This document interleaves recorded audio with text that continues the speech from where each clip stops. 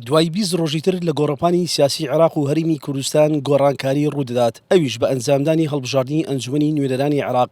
حزب ئۆپۆزیسیۆنەکانیش بە ترس و دوڵار ڕاوچێەوە داوای هەڵبژاردنێکی پاک و بێگەر دەکەن.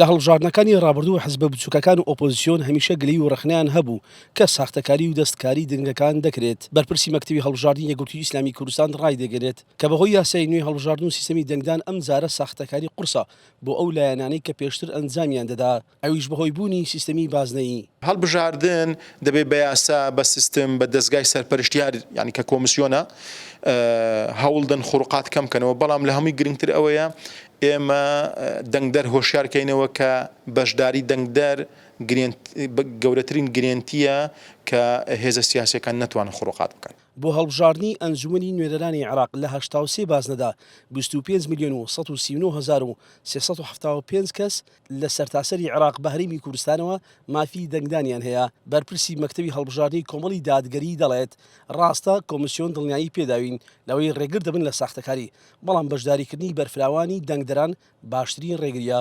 بە پێ ڕێکارەکانی کۆمیسیۆن و کۆمیسیۆنەوە هەموو ڕێکاری کە گرتوێت ێبەر دڵنیاییە داتێ ئێمە کە تەزویر ناکرێ، بۆیە ئێمە هیوادارین دڵنیایەکانی کۆمیسیۆن وەک خۆی وە لە جێی خۆیان بێ و تەزویر و فرتوفێڵ نەکرێ. گەورەترین تەزویر ئەوەیە کە خەڵک بەشدارینەکەوە خەڵک پرۆسی هەڵبژاردن بایکۆتکا، بەڵێ بۆیە هەمیشە ڕامانگەیاندووە باشترین ڕێگری لە تەزویر بەشداری بەرفراوانی هاوڵاتیانە لە پرۆسی هەڵبژاردن. بۆ ئەم هەڵبژاردنە دەنگدەرانی نوێ واتە لەدایک بووی ساڵی 2001 2002 2003 ژمارەیان 988,345 کەسن. دەنگدەرانی تایبەتیش 1,075,727 کەس دەبن. ڕێخەری ژووری هەڵبژاردننی هەولێری بزنەوەی گۆڕان دەڵێت ئێمە لە حکوومەت بینیان لە دەرەوەی حکوومەت هەمیشە لەگەڵ هەڵبژاردنێکی پاچی نیشتیمانی بەبێ دەستوەردان و ساختەکارین، بۆیە بەو هیوایە چاوەڕێ دەکەین دەنگدەران بەرەو سندوقەکانی دەنگدان بچن.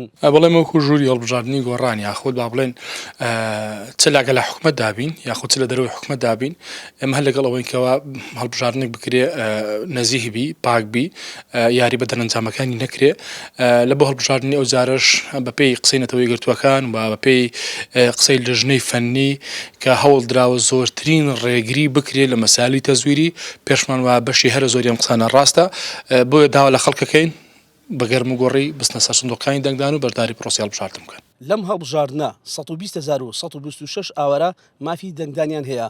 یاسای نوێی هەڵبژاردننی ئەنجومەنی نوێنەرانی عێراق بە یاسای ژمارەنەوەی ساڵی 2020 ڕیزبەند کراوە و جێگرەوەی ئەو یاسایە کە لە ساڵی 2005 لە ئەنجومەنی نوێنەرانی عێراق دەرچوو بوو. هەژارن وەرشار پرێس هەولێر.